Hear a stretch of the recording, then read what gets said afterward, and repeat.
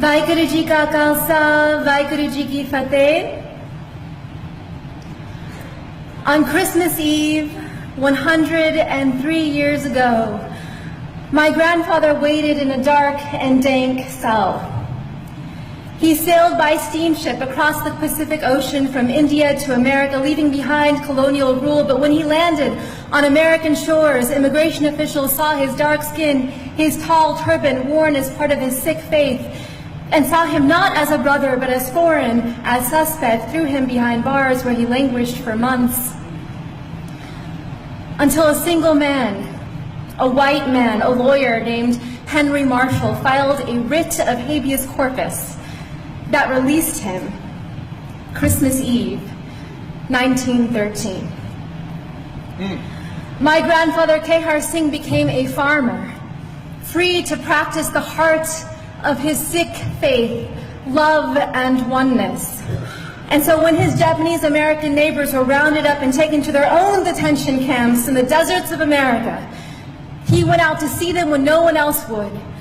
He looked after their farms until they returned home. He refused to stand down. That's right.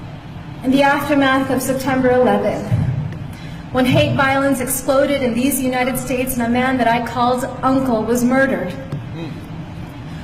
I tried to stand up.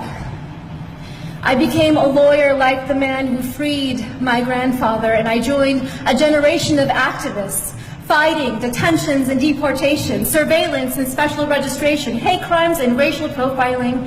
And after 15 years, with every film, with every lawsuit, with every campaign, I thought we were making the nation safer for the next generation. Mama. And then my son was born.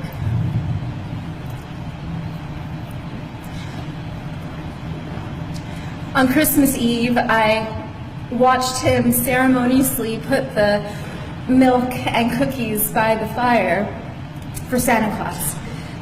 And after he went to sleep, I then drank the milk and ate the cookies. I wanted him to wake up and see them gone in the morning. I wanted him to believe in a world that was magical. But I am leaving my son a world that is more dangerous than the one that I was given.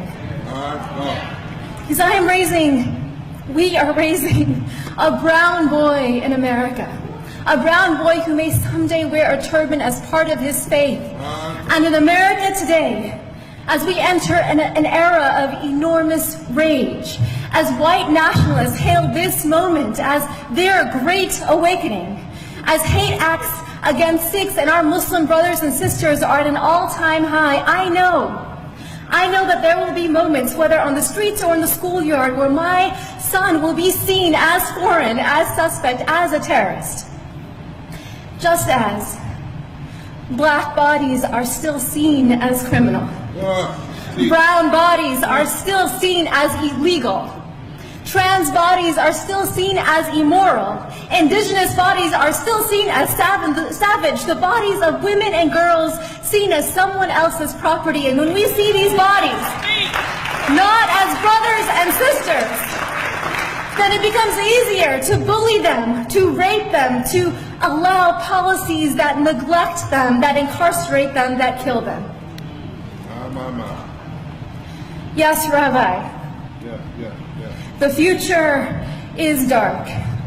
On this New Year's Eve, this watch night, I close my eyes and I see the darkness of my grandfather's cell.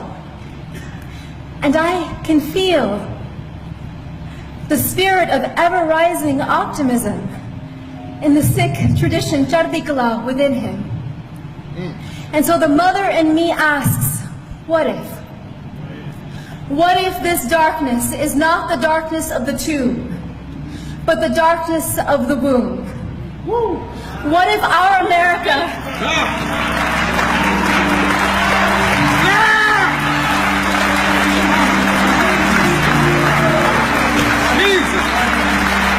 What if our America is not dead, but a country that is waiting to be born? What if the story of America is one long labor? What if all of our grandfathers and grandmothers are standing standing behind us now, those who survived occupation and genocide, slavery and Jim Crow, detentions and political assault, what if they're whispering in our ear today, tonight, you are brave? What if this is our nation's great transition?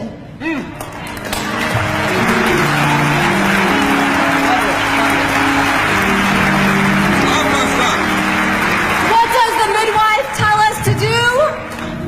Breathe. And then, because if we don't push, we will die. If we don't push, our nation will die.